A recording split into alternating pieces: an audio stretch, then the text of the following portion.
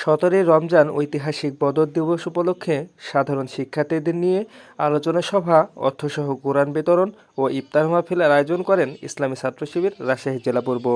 মঙ্গলবার বিকেল 4:30টার দিকে বাদ আসর জেলার পুঠিয়া উপজেলার বানেশ্বর ইউনিয়নের শহীদ নাদের আলী স্কুল অ্যান্ড কলেজের মাঠে রাজশাহী জেলা পূর্বের সভাপতি রুবেল আলীর সভাপতিত্বে ও সেক্রেটারি আব্দুর রবের সঞ্চালনায় প্রধান অতিথি হিসেবে উপস্থিত ছিলেন রাজশাহী বিশ্ববিদ্যালয় ছাত্র শিবিরের সভাপতি মোস্তাকুর রহমান জাহিদ।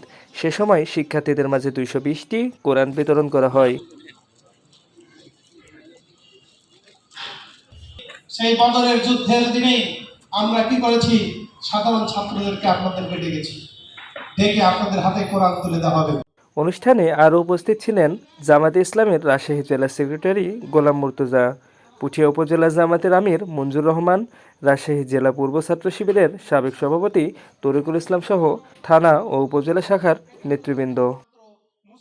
এ সময় রাবি শাখার সভাপতি মোস্তাকুর রহমান বলেন, হচ্ছে যে বদরের শিক্ষা। আল্লাহ তাআলা রমজান মাসে বদর যুদ্ধ প্রথম যুদ্ধ, এটা আল্লাহ তাআলা চাইলেই পারতেন অন্য সময়ে এই যুদ্ধ সংগঠিত করতেন। আল্লাহ তাআলা চাইলেই পারতেন রমজান বাদে অন্য কোনো সময়ে এই যুদ্ধ সংগঠিত করতে, সেটাকে মহিমান্বিত করতে। বদর যুদ্ধের এমনিতেই সম্মান থাকতো, রমজান ছাড়া অন্য কোনো মাসেও যদি এটা সংগঠিত হতো তাও আমরা সম্মান করতাম এই বদর যুদ্ধকে। কিন্তু আল্লাহ তাআলা রমজান মাসেই এটা সংগঠিত করিয়ে বুঝিয়ে দিলেন যে রমজান, কুরআন, ইসলামী আন্দোলন এগুলো অন্য কোনো বিষয় নয়, আলাদা কোনো বিষয় নয়।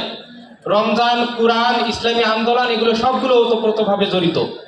যে রোজা রাখবে তাকে ইসলামী আন্দোলন করতে হবে, যে ইসলামী আন্দোলন করবে তাকে কোরআন পড়তে হবে। Desk news, স্বপ্নবাজ।